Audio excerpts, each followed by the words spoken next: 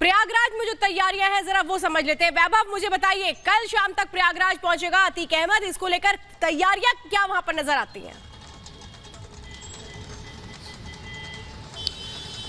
बिल्कुल, अतीक अहमद की ये दूसरी यात्रा है जब उसे साबरमती जेल से प्रयागराज लाया जा रहा है, जिसको लेकर अब जेल के बाहर पुख्ता प्रबंध जो हैं वो भी किए जा रहे हैं। क्योंकि इसके पहले भी हमने तस्वीरें देखी थी, जब अतीक अहमद प्रयागराज की नैनी जेल पहुंचा था तो सुरक्षा के चाक चौबंद इंतजामात किए गए थे। और एक बार फिर से जब अतीक अहमद दोबारा प्रयागराज आ रहा है तो सुरक्षा के वो चाक चौबंद इंतजामात एक बार फिर से देखने को मिलने वाले हैं। तकरीबन 24 से 26 घंटे का वक्त लगेगा जब अतीक अहमद प्रयागराज पहुंचेगा, और इसी के मद्देनजर सुरक्षा के हर वो पुख्ता इंतजाम किए गए हैं प्रयागराज में, ताकि किसी भी तरह की कानून व्यवस्था जो है वो ना बिगड़े। क्योंकि ये बड़ी चुनौती है प्रयागराज पुलिस के लिए।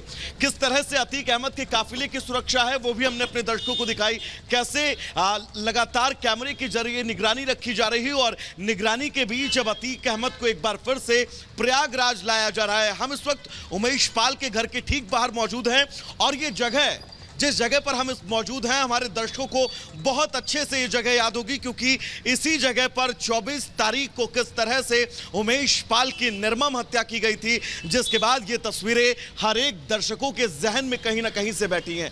यही वो सीसीटीवी कैमरा था जिस सीसीटीवी कैमरे में तस्वीर कैद हुई थी, और तस्वीरों के बीच ये वो दुकान जिसके अंदर शूटर गुलाम मौजूद था। शूटर गुलाम इसी दुकान से बाहर निकलता है, और ठीक इसी स्पॉट पर जब क्रेटा गाड़ी से उमेश पाल उतरते हैं, उसके ऊपर शूटर सीधे तौर पर जानलेवा हमला कर देते हैं। और अब यही पूरी वजह है कि अतीक अहमद को इस पूरे मामले में पूछताछ के लिए लाया जा रहा है प्रयागराज। पुलिस की तैयारी वैभव पहले से ही थी कि अतीक अहमद से उमेश पाल हत्याकांड मामले में और पूछताछ की जा सके, लेकिन इस बार परमिशन मिली, वारंट के साथ पुलिस पहुंची साबरमती। लेकिन रदुल, इस बार सवाल यह भी उठ रहा है कि इतनी सुरक्षा ज्यादा क्यों है? पिछली बार भी सुरक्षा थी, इस बार भी थी, इस बार कैमरों की जरूरत पड़ गई, इस बार और ज्यादा पुलिस बल की जरूरत पड़ गई, ऐसा क्यों?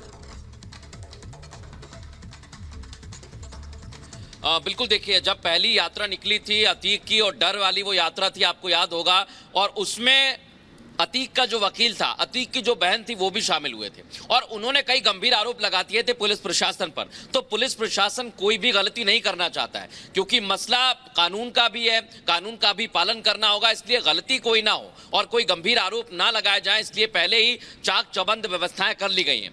अनामिका, आपको एक और तस्वीर याद होगी, जब अतीक प्रयागराज से साबरमती गया था और उसका सेल बदला गया था, उसका कैदी नंबर बैरक बदला गया था, तब भी जो आसपास जवानों की तैनाती हुई थी उनको भी बॉडी कैम लगाया गया था। उनके कंधे पर भी इसी तरह का कैमरा हमें दिखाई दिया था, जो इस समय अतीक को लेकर आ रहे पुलिस कर्मियों के कंधे पर है। तो आप ये समझिए कि सुरक्षा व्यवस्था बढ़ाई इसलिए गई है कि कोई गलती की गुंजाइश नहीं हो।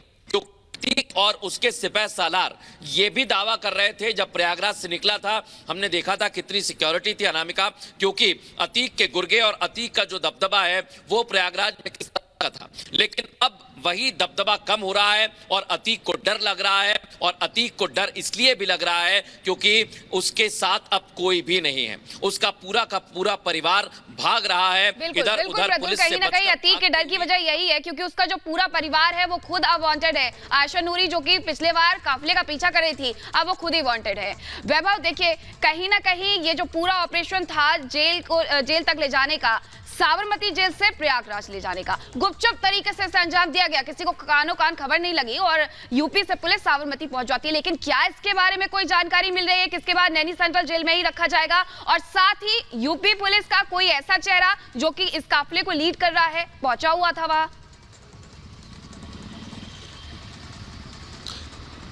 देखिए मीनाक्षी, सुरक्षा सबसे अहम है और सुरक्षा का खास ख्याल रखा जाएगा, और ये तय माना जा रहा है कि अतीक अहमद को सीधा नैनी जेल ही ले जाया जाएगा। पहले कयास ये भी थे कि शायद पुलिस लाइन जो है वो भी अतीक अहमद को ले जाया जा सकता है, लेकिन दरअसल निकाय चुनाव प्रदेश में है और नॉमिनेशन जो है उसकी शुरुआत होने वाली है, तो पुलिस लाइन के ठीक बगल जो है वो कलेक्ट्रेट ऑफिस है, तो ऐसे में वहां पर चहल पहल ज्यादा रहेगी। तो ये तय माना जा सकता है कि नैनी सेंट्रल जेल ही, जैसे पिछली बार अतीक अहमद को ले जाया गया था, तो वैसे ही नैनी सेंट्रल जेल ही एक बार फिर से अतीक अहमद को सीधा ले जाया जाएगा, जिसके बाद परसों उसको पेश किया जाए कोर्ट के अंदर। और यह तय माना जा रहा है कि पुलिस रिमांड ले सकती है, क्योंकि पूछताछ बहुत जरूरी है। आरोपी नंबर 1 उमेशपाल हत्याकांड में अतीक अहमद, उससे पूछताछ होगी, क्योंकि 5 मुख्य आरोपी जो शूटर हैं वो अभी पुलिस की पहुंच से बाहर हैं।